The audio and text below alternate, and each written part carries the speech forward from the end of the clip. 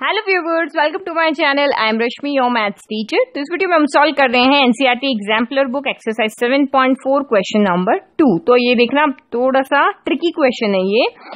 A 6, 1, B is 8, 2 and C is 9, 4 are the three vertices of a parallelogram ABCD।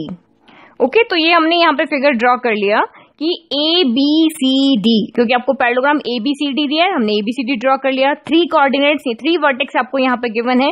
A का coordinate given है, B का given है, C का given है, D का नहीं गिवन है, तो D को हमने यहाँ पे XY ले लिया। अब आपको यहाँ पे क्या दिया है, if E is the mid point of DC, तो ये आपका DC है, इसका आपने यहाँ पे मिड पॉइंट ले लो। E is the mid point of DC, find the area of triangle ADE। तब आपको यहाँ पे क्या करना है, A, D और E, तो हमें यहाँ पे क्या करना है, A को E से ज्वाइन करना है। तो मैंने A को यहाँ पे E से ज्वाइन कर दिया, ये पॉइंट हमारा यहाँ पे E हो गया। ओके, इसको XY कोऑर्डिनेट लिया, इसका आप यहाँ पे X डैश Y डैश ले लो। ओके, अब आपको यहाँ पे क्या करना है, इसका एरिया फाइंड करना है। कौन से ट्राइंगल का एरिया, ADE ट्राइंगल का। तो हमें इस वाले ट्राइंगल का एरिया फाइंड करना है। तो किसी भी ट्राइंगल का एरिया फाइंड करने के लिए सबसे पहले आपको क्या होना चाहिए, उसके कोऑर्डिनेट्स पता होने चाहिए। तो हमें, तो अगर मैं इस ट्राइंगल की बात करती हूँ तो मुझे यहाँ पे सिर्फ A के कोऑर्डिनेट पता है, ना मुझे D पता है, ना मुझे E पता है। लेकिन आपको पैरेललोग्राम में 3 कोऑर्डिनेट गिवन है, तो चौथा कोऑर्डिनेट कैसे फाइंड करते हैं, ये मैंने आपको एनसीईआरटी बुक में सॉल्व कराया है। कैसे, पैरेललोग्राम की प्रॉपर्टी को यूज करके। पैरेललोग्राम की क्या प्रॉपर्टी होती है कि पैरेललोग्राम के डायगोनल होते हैं, वो एक दूसरे को क्या करते हैं, बाइसेक्ट करते हैं। बाइसेक्ट करने की प्रॉपर्टी को अगर हम यूज करेंगे तो उससे हम यहाँ पे D का कोऑर्डिनेट फाइंड कर लेंगे। अगर D का कोऑर्डिनेट हमें पता चल गया तो ये E जो है वो DC का मिड पॉइंट है, तो हम यहाँ पे मिड पॉइंट का फॉर्मूला लगा के E का कोऑर्डिनेट फाइंड कर लेंगे। तो D और E के कोऑर्डिनेट हमें मिल गए, तो हम एरिया ऑफ ट्राइंगल लगा के और यहाँ पे ट्राइंगल का एरिया फाइंड कर लेंगे। तो यहाँ पे देखो, मैंने आपको अभी बताया कि इसके डायगोनल बाइसेक्ट करते हैं, तो पहले हम इसके डायगोनल को ज्वाइन कर लेते हैं। डायगोनल बाइसेक्ट करते हैं मतलब क्या हो गया, जैसे मैंने ये B को यहाँ पे ज्वाइन किया है D से, फिर मैंने A को यहाँ ज्वाइन किया है C से, तो ये दोनों डायगोनल बाइसेक्ट करते हैं। मतलब जिस पॉइंट पे ये इंटरसेक्ट कर रहे हैं, ये AC का मिड पॉइंट है और ये BD का भी क्या है, मिड पॉइंट है। यानी कि ये जो कोऑर्डिनेट है वो दोनों लाइन का मिड पॉइंट है। बाइसेक्ट करने का मतलब ये होता है ना कि अगर ये पूरी 4 सेंटीमीटर है तो ये 2 है और ये 2 है, अगर ये 5 है तो ये आपकी 2.5 है, ये 2.5 है। तो इस तरह से यहाँ पे हो रहा है, तो इक्वल रेशियो में डिवाइड कर रहे हैं, तो ये दोनों लाइन का क्या हुआ, AC का भी मिड पॉइंट है और ये BD का भी मिड पॉइंट है। तो यहाँ पे मिड पॉइंट का फॉर्मूला लग जाएगा कि x1 plus x2/2 y1 plus y2/2, यानी इन दोनों A और C कोऑर्डिनेट से बनने वाली लाइन के मिड पॉइंट का कोऑर्डिनेट और B और D लाइन से बनने वाली लाइन के मिड पॉइंट का कोऑर्डिनेट सेम होगा, तो उसको इक्वल करके हम D के कोऑर्डिनेट को फाइंड कर लेंगे। तो क्वेश्चन को इस तरह से स्टार्ट करना है कि given that A is 6, 1, B is 8, 2 and C is 9, 4 are the 3 vertices of a parallelogram ABCD. Let the 4th vertex of a parallelogram be x, y. तो D का कोऑर्डिनेट हमने x, y ले लिया। Now we know the property of parallelogram कि that the diagonals of a parallelogram bisect each other, यानी कि जो AC का मिड पॉइंट होगा और BD का मिड पॉइंट होगा वो दोनों क्या होंगे, इक्वल होंगे, क्योंकि एक दूसरे को बाइसेक्ट कर रहे हैं। तो मिड पॉइंट किसका फॉर्मूला हो गया आपका, x1 plus x2/2 y1 plus y2/2। तो इसको आप यहाँ पे x1 y1 ले लो, इसको यहाँ पे x2 y2 ले लो, एज इट इज यहाँ पे इसको x1 y1 ले लो, इसको यहाँ पे x2 y2 ले लो। तो अब यहाँ पे AC के लिए x1 x2 यानी कि हो गया आपका 6 प्लस 9/2, फिर यहाँ पे y1 y2 यानी कि 1 प्लस 4 आपका यहाँ 2 हो गया। अब मिड पॉइंट ऑफ BD तो x प्लस 8/2 और y के लिए हो गया y प्लस 2/2 हो गया।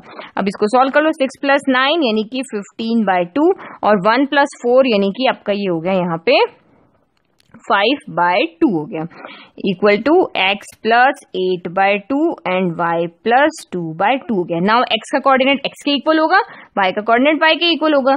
तो यहाँ पे हो गया, क्योंकि ये वेरिएबल के फॉर्म में है ना, अगर ये वेरिएबल नहीं होता तो ये आपके इक्वल आते हैं। तो 15/2, क्योंकि हमें x और y की वैल्यू फाइंड करनी है, तो इसी तरह से उसको इक्वेट करना है। एक ही कोऑर्डिनेट है, ये AC का, ये इसी एक ही पॉइंट के ये दोनों कोऑर्डिनेट है, ये नंबर की फॉर्म में, ये वेरिएबल की फॉर्म में, तो इक्वेट कर सकते हैं हम। तो इक्वेट कर रहे हैं, and 5/2 equal to y plus 2/2 हो गया। तो देखो, अब आप यहाँ पे ये कंफ्यूज नहीं होना है, या तो देखो मैं सीधा यहाँ पे डिनोमिनेटर के के 2 को डिनोमिनेटर के 2 से यहाँ पे मैं डायरेक्ट कैंसिल कर रही हूँ। तो क्यों, अगर आप इस 2 को डिनोमिनेटर में से इधर लेकर जाओगे तो ये यहाँ ऊपर आके मल्टीप्लाई हो जाएगा, इस 2 से ये 2 कैंसिल हो जाएगा। तो सेम आपका चाहे प्लस में हो चाहे यहाँ पे माइनस में हो, इक्वल के दोनों तरफ अगर सेम साइन लिया हो, प्लस हो माइनस हो मल्टीप्लाई हो डिवाइड हो, वो डायरेक्ट कैंसिल हो जाते हैं। उसके लिए आपको एक स्टेप और ज्यादा लिखने की जरूरत नहीं है। ओके, तो यहाँ पे 2 डिवाइड में, यहाँ पे 2 डिवाइड में कैंसिल हो गया, यहाँ पे 2 डिवाइड में, यहाँ पे 2 डिवाइड में कैंसिल हो गया। तो 15 इक्वल टू आपका 8 प्लस एक्स बचा। हमें एक्स की वैल्यू चाहिए, 8 को इधर ट्रांसफर कर दो, फिर प्लस का 8 इधर आके माइनस का 8 हो गया। तो 15 में से 8 गया तो एक्स इक्वल टू आपका आ गया यहाँ पे 7 हो गया। फिर इसको सॉल्व करो, 5 इक्वल टू आपका y प्लस 2 बचा, प्लस का 2 इधर आया तो 5 माइनस 2 इक्वल टू y हो गया। तो ये y कितना आ गया आपका यहाँ पे 3 आ गया, यानी d के कोऑर्डिनेट हमें यहाँ पे मिल गए हैं, वो है हमारा 7 and 3। तो यहाँ पे मैं लिख लेती हूँ d के कोऑर्डिनेट हो गए 7, 3। अब आप यहाँ पे e के कोऑर्डिनेट फाइंड करो, तो e के कोऑर्डिनेट में भी सेम मिड पॉइंट फॉर्मूला लग जाएगा। तो 9 प्लस 7/2, 4 प्लस 3/2 यहाँ पे हो जाएगा। तो now the fourth vertex of parallelogram is d 7, 3। Now mid point of side CD, यानी कि E के कोऑर्डिनेट आपके यहाँ पे क्या हो जाएंगे, x1 प्लस x2/2, इसको हम यहाँ पे x1 y1 लेते हैं। अब यहाँ पे वेरिएबल फॉर्म में नहीं है, अब हमने इनको फाइंड कर लिया।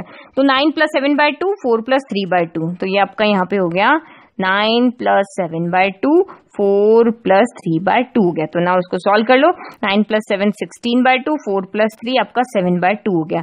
तो 16/2 आपका यहाँ 8 हो गया और ये हो गया आपका 7/2। तो अब हमने यहाँ पे ई के कोऑर्डिनेट भी फाइंड कर लिया, ई के कोऑर्डिनेट वेरिएबल की फॉर्म में नहीं है। अब हमारे हो गए 8 और 7/2 हो गए। तो अब हमारे पास ये जो ADE ट्राइंगल है उसके तीनों कोऑर्डिनेट में पता चल गए। अब आप एरिया का फॉर्मूला लगा के इजीली एरिया फाइंड कर सकते हो। तो नाउ एरिया फॉर्मूला, तो ADE ट्राइंगल, तो now area of triangle ADE with vertices ADE के वर्टिसेस लिख लिए। नाउ एरिया ऑफ ट्राइंगल का हमने फॉर्मूला लगा दिया। अब इसमें आप यहाँ पे क्या करो, वैल्यू पुट कर लो। तो वैल्यू पुट करने के लिए हम यहाँ पे लिख लेते हैं इक्वल टू 1/2। तो x1, तो A के कोऑर्डिनेट को हम यहाँ पे x1 y1 ले लिया। अब हम यहाँ पे E के कोऑर्डिनेट को x2 y2 ले लिया और इसके कोऑर्डिनेट को हमने x3 y3 ले लिया। तो सबसे पहले x1, तो यहाँ पे आ गया आपका 6, y2 माइनस y3, तो 7/2 माइनस 3 हो गया। तो ये हो गया 7/2 माइनस 3। फिर प्लस x2 आपका यहाँ पे कितना है 8 हो गया, तो यहाँ पे रख लो आप 8। फिर y3 माइनस y1, तो y3 आपका है 3 माइनस 1 हो गया। तो ये तो हमने डायरेक्ट लिख दिया 3 माइनस 1। फिर प्लस x3 आपका यहाँ पे 7, y1 माइनस y2 यानी कि 1 माइनस 7/2 हो गया। ओके, तो ये हमने सारी वैल्यू पुट कर लिया। अब हमें सिर्फ इसको सॉल्व करना है। तो ये 1/2 हो गया। 6, तो इसके डिनोमिनेटर में कुछ नहीं है, तो 1 ले लिया। 2 और 1 का एलसीएम आपका 2 हो गया। 2 के टेबल में 2 आया 1 टाइम, तो 7 इंटू 1 7 हो गया। फिर 1 के टेबल में 2 आया आपका 2 टाइम, तो यहाँ पे 2 मल्टीप्लाई हो जाएगा। 3 इंटू 2 आपका यहाँ पे 6 हो गया। देखो 1 के टेबल में 2 आया 2 टाइम, तो 2 ऊपर मल्टीप्लाई हो जाता है। फिर 8, 3 माइनस 1, तो आपका 2 ही बचा। फिर 7, और यहाँ पे डिनोमिनेटर में कुछ नहीं, तो 1, 2 और 1 का एलसीएम अगेन आपका 2 आ गया।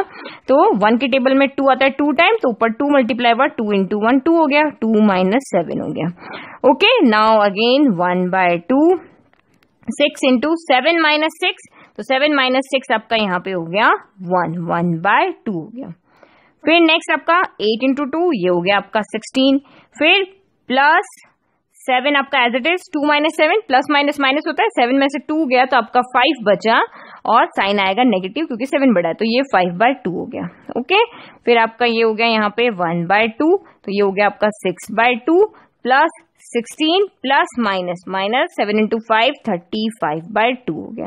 इसके डिनोमिनेटर में कुछ नहीं, हमने 1 ले लिया, तो 2 1 2 का एलसीएम अगेन आपका यहाँ पे क्या होगा 2 हो जाएगा, क्योंकि 1 के टेबल में 2 आता है 2 टाइम, तो 2 2 आपका कॉमन यहाँ पे सेम है। तो 2 के टेबल में 2 आता है 1 टाइम, तो 1 इंटू 6 हो गया। 1 के टेबल में 2 आता है 2 टाइम, तो 16 इंटू 2 आपका यहाँ पे 32 हो गया। 2 के टेबल में 2 आता है 1 टाइम, तो यहाँ पे आपका 35 इंटू 1 ही रहा। अब आपके माइंड में ये आ रहा होगा कि मैंने 2 को 6 से कैंसिल क्यों नहीं किया, तो आप कैंसिल करो, फिर से एलसीएम लो, इससे अच्छा इसको फ्रैक्शन में ही रखो।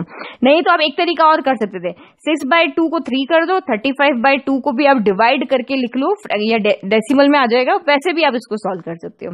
ठीक है, तो ये 1/2 हो गया। अब देखो 32 प्लस 6 आपका यहाँ पे हो गया 38 माइनस 35/2, तो ये हो गया आपका 1/2, 35 में से आपका 38 में से 35 गया, कितना बचा 3, तो ये हो गया 3/2। तो आंसर आपका यहाँ से कितना हो गया 3/4। तो एरिया हमेशा पॉजिटिव होना चाहिए और हमारा एरिया पॉजिटिव ही आ रहा है। अगर बाई चांस अगर एरिया आपने सॉल्व किया और नेगेटिव आ गया इन कोऑर्डिनेट में, जैसे मैंने जिसको x1 x2 x3 लिया, अगर आप उसको चेंज कर दोगे कि ये x1 y1, ये x2 y2 और ये x3 y3 ले लोगे, तो मे भी आपका एरिया यहाँ पे नेगेटिव आए, तो आपको उसको क्या कर देना है, पॉजिटिव कर देना है। कैलकुलेशन में अगर माइनस साइन आ रहा है तो आपको यहाँ पे लिखना है कि एरिया नेवर बी नेगेटिव, तो आप उसको साइन को उसको वहां से हटा के और आंसर आपको फाइनली यही लिखना है कि hence the required area of triangle ADE equal to 3/4 square unit. Okay, चाहे नेगेटिव आओ तो उसको पॉजिटिव कर देना है, पॉजिटिव हो तो वैसे पॉजिटिव रहेगा। तो आई होप आपको ये क्वेश्चन अच्छे से समझ में आया। इस एक ही फॉर्मूले में हमने बहुत सारी चीज यूज कर ली है। हमें डी का कोऑर्डिनेट भी फाइंड करना था, हमें ई का कोऑर्डिनेट भी फाइंड करना था, तो दो अलग अलग ट्रिक हमने यहाँ पे फॉर्मूलाज को यूज किया है। डी का कोऑर्डिनेट फाइंड करने के लिए हमने ये वाला पैरेललोग्राम की प्रॉपर्टी को यूज किया, ई के लिए हमने यहाँ मिड पॉइंट फॉर्मूला लगाया, उसके बाद हमने ट्राइंगल का एरिया यहाँ पे फाइंड किया। तो ये 4 मार्क का क्वेश्चन है, जहां में ये आपका सेक्शन डी का क्वेश्चन है, जहां पे इसी तरह के क्वेश्चन आएंगे। डायरेक्ट क्वेश्चन अगर नहीं आ रहे हैं तो इसी तरह से घुमा के क्वेश्चन आपके आएंगे, जहां पे आपकी 2-3 प्रॉपर्टी एक साथ यूज हो रही है। तो आई होप आपको ये क्वेश्चन का सोल्यूशन अच्छे से समझ में आया। अभी भी अगर कोई डाउट है तो प्लीज कमेंट बॉक्स में कमेंट करें। Thank you.